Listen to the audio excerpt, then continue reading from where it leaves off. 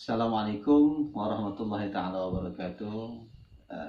Alhamdulillah, puji syukur kepada Allah Subhanahu wa taala. Mudah-mudahan kita tetap dalam keadaan sehat walafiat. Salam dan salam kepada Nabi besar Muhammad sallallahu alaihi wasallam. Mudah-mudahan kita mendapat syafaat dari baginda Rasulullah sallallahu alaihi wasallam.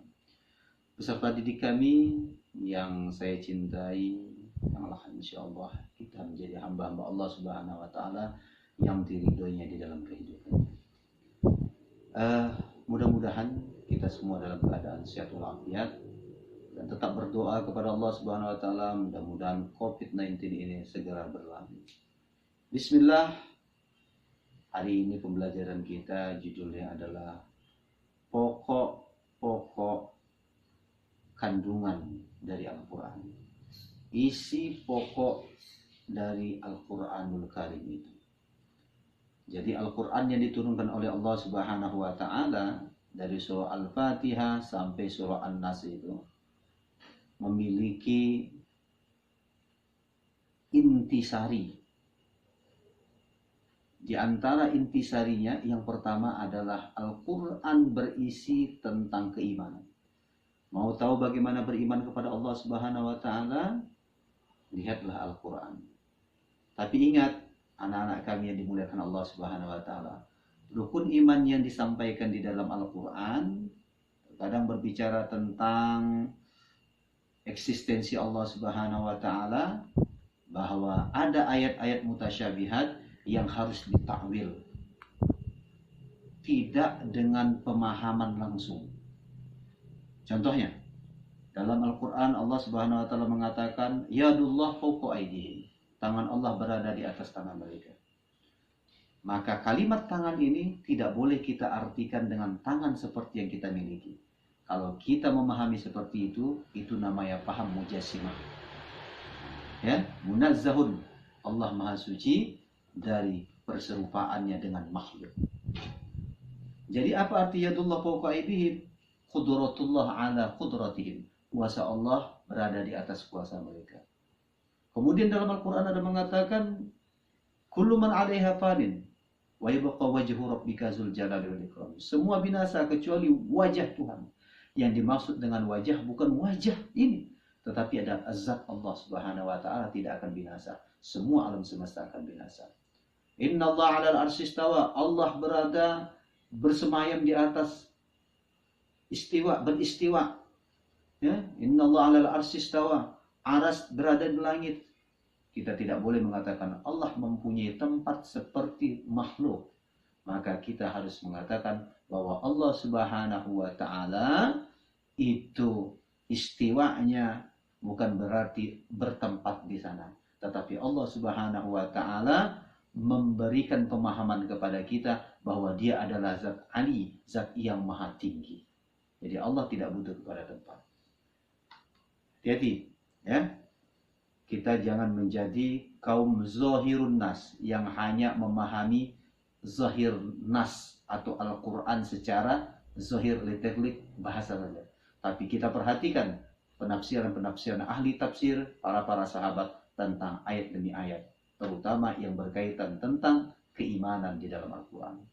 Yang kedua, Al-Quran itu berbicara tentang ibadah mahdhah kepada Allah, sholat, puasa, zakat, rukun Islam yang 5.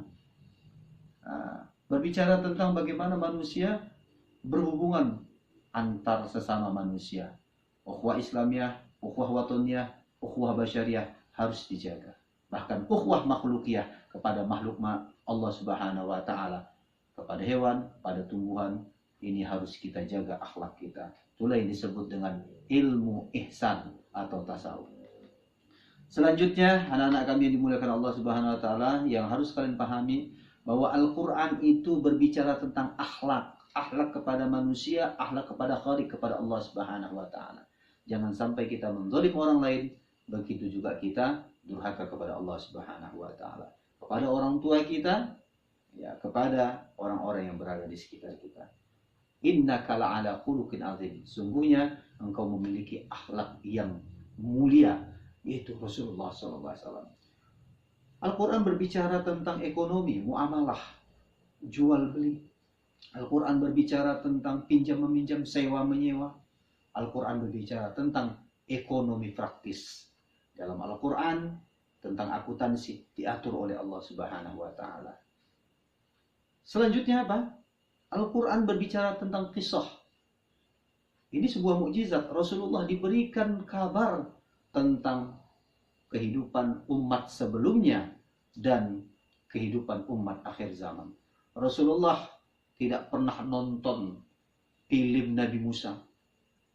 Tak kenal Nabi Musa. Tapi Allah ceritakan bagaimana nabi-nabi sebelumnya, kisah-kisah para nabi dan umat-umat sebelum beliau. Apalagi di dalam Al-Quran itu penuh dengan semangat tentang ilmu pengetahuan. Maka Al-Quran itu sangat logis. Al-Quran itu sangat realistis, diterima oleh akal pikiran. Sehingga wahyu dengan akal bisa jalan seiring.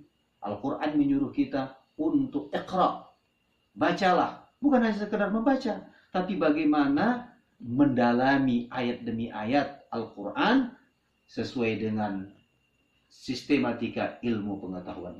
Mudah-mudahan pokok isi kandungan Al-Quran ini dapat kita pahami sehingga kita bisa membumikan Al-Quran di dalam kehidupan kita.